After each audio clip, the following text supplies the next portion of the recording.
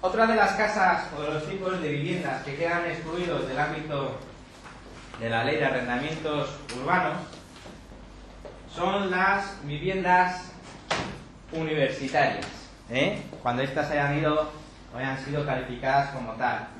Todos hemos oído hablar de los colegios mayores.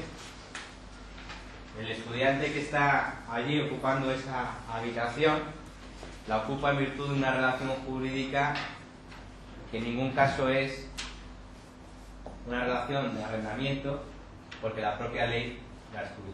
¿De acuerdo? Igual ocurre con, por ejemplo, un hotel. Igual. ¿Y si tú vives en un hotel? Hay gente que vive en un hotel. O sea, yo tengo mi centro vital en el hotel. Sí, pero es un contrato distinto. No suscriben una ley de arrendamiento. No está suscrito a la ley de arrendamientos urbanos. Es distinto, ¿no? Que tengas ahí... Eso es. Bien. Bien.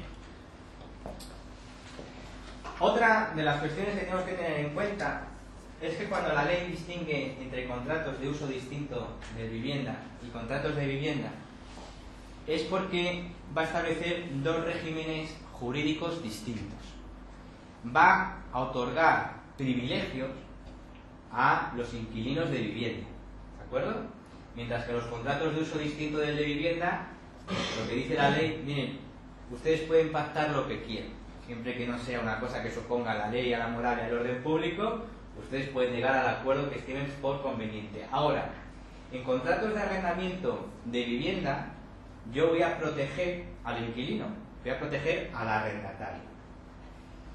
Ustedes saben que existe el derecho a la vivienda, a una vivienda digna, ¿no? Y eso es un derecho fundamental de los españoles. Sí. Bueno. Teoría. Según la Constitución, sí. Teoría. Pues ni tan siquiera según la Constitución, Sí, porque tienen derecho.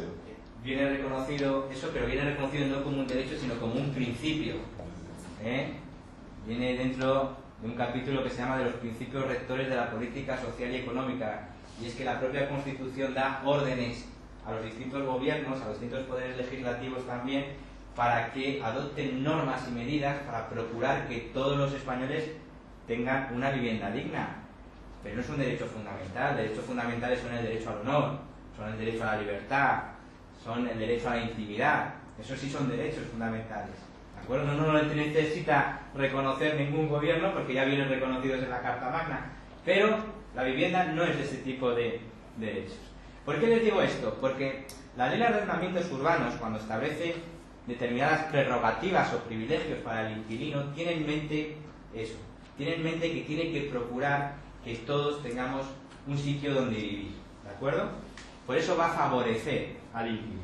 Pues bien, antes de entrar a ver ese régimen privilegiado, la propia ley nos dice, miren, en los contratos de arrendamiento de viviendas superiores a 300 metros cuadrados, esas no se las aplica el régimen previsto para los arrendamientos de vivienda. Y en los contratos de arrendamiento de vivienda en los que se pacte un canon arrendaticio, es decir, una renta mensual superior a 5,5 veces el salario mínimo interprofesional, esas tampoco se les aplica el régimen que hay para los contratos de arrendamiento de vivienda. ¿Y alguien me puede decir por qué? Porque estarán conmigo que un señor que puede pagar una renta equivalente a 5,5 veces el salario mínimo interprofesional o que pueda alquilar una vivienda de más de 300 metros cuadrados es un señor que se lo puede permitir y no necesita la protección de nadie. ¿De acuerdo? Así que la ley lo excluye del régimen privilegiado que ella misma contempla. ¿Vale?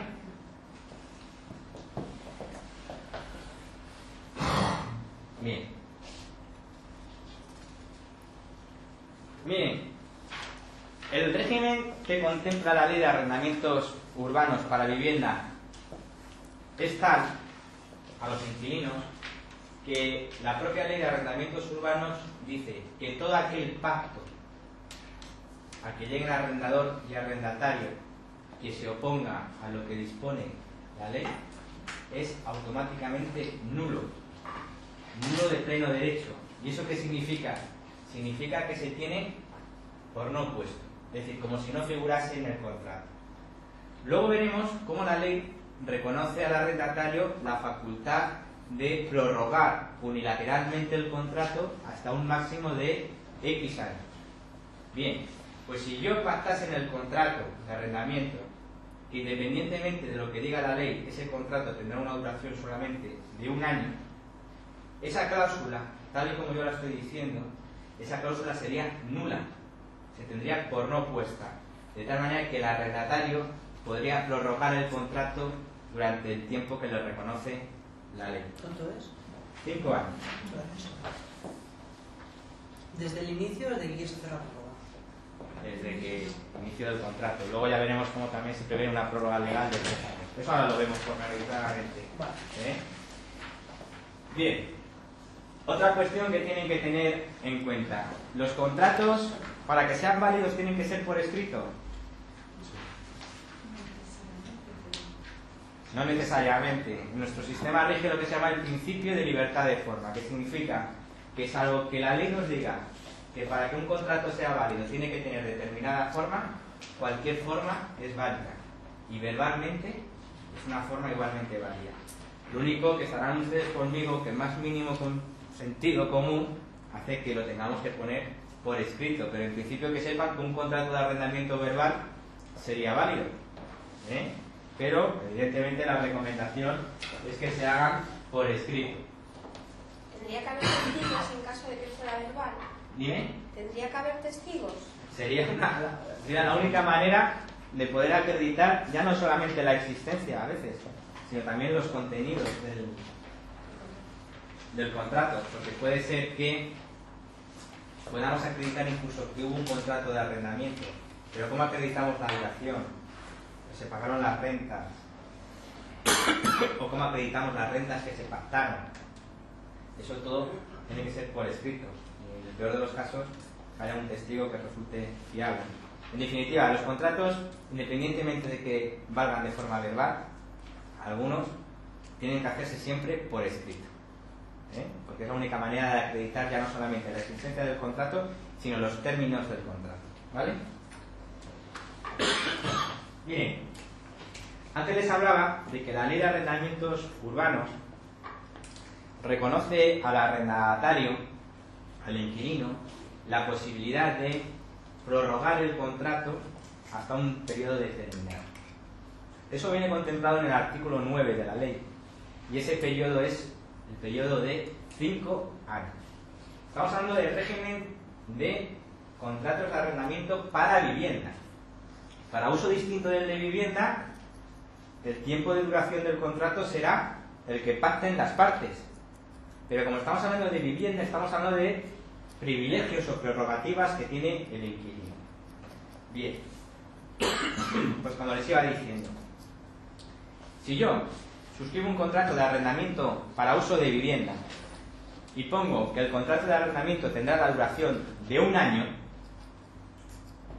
llegado ese año, hay dos supuestos, o mejor dicho, tres que pueden darse. Que arrendador y arrendatario, de mutuo acuerdo, lo den por terminado el contrato. ¿Será eso legal o no será legal? Sí. Y el segundo de los supuestos será que el arrendador lo quiera dar por resuelto, porque en el contrato pone un año, pero el arrendatario no lo quiera dar por resuelto. Entonces, ¿qué pasa? Que el arrendatario puede decir, mire, la ley me reconoce la posibilidad de tirarme aquí hasta 5 años, y el contrato se irá prorrogando año a año hasta un máximo de 5. Aunque el arrendador no quiera. Aunque el arrendador no quiera, porque es un derecho que le reconoce la ley. Perdón, ha dicho hasta un máximo, allí pone un mínimo. No es por el mínimo. Dice hasta alcanzar una duración mínima de 5 años. Claro, al principio viviendas. No, pero es lo que yo estoy diciendo. Es decir, puede ir hasta 5 años, puede prorrogarlo unilateralmente, como máximo. No puede unilateralmente prorrogarlo 6 años, ni 7. Es hasta 5 años, ¿de acuerdo? Otra posibilidad, que era la tercera, es que el arrendatario no quiera prorrogarlo y el arrendador siquiera. Entonces, ¿qué sucede? ¿Se rescinde o no se rescinde el contrato? Sí. Se rescinde el contrato. ¿De acuerdo? Si tú tienes un contrato de 5 años y te vas al año y medio, ¿te hacen pagar algo por no? Sí, te podrían reclamar las cantidades hasta llegar a esos 5 años. Todas las cantidades. Pero si se refleja en el contrato. Claro, si la duración del contrato es de 5 años. Pero, por ejemplo, si tú No, tienes sí, un contrato... Vamos a ver, Tú tienes un contrato de 3 años. ¿me permite? Sí. Lo que les estoy diciendo es así de sencillo. Independientemente de la duración que pactemos, si esta es inferior a los 5 años, el arrendatario, si lo estima oportuno, puede prorrogarlo hasta un máximo de 5. Supuestos prácticos. Contrato de arrendamiento de duración 1 año. Llegamos al año y el arrendatario dice que no se va. ¿Puede seguir el arrendatario en el inmueble? Sí. ¿Hasta cuándo? Hasta que lleguen 5 años. Suscribimos un contrato de arrendamiento que dice duración 3 años. Llegamos a los 3 años. Si quiere el arrendatario, ¿puede seguir? Sí. ¿Por cuánto? Nuevamente 2 años más hasta llegar a los 5. Y si firmamos un contrato de arrendamiento de 5 años, el arrendatario está obligado a cumplir ¿cuánto? 5 años. Luego, si el arrendatario se va antes, ¿qué hay? Un incumplimiento del contrato. Y en consecuencia el arrendador le podrá pedir una indemnización por daños y perjuicios, que tendrá en todo caso que acreditar ante un juzgado. Y esa indemnización por daños y perjuicios pueden ser las rentas que ha dejado de percibir el arrendador. ¿De acuerdo?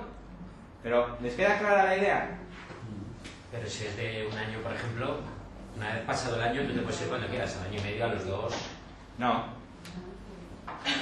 No. Qué bueno.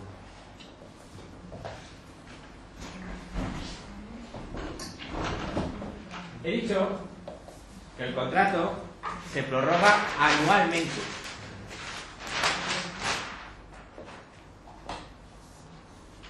Imaginémonos que el tiempo de duración del contrato es de 1 año. Aquí serían 5 años.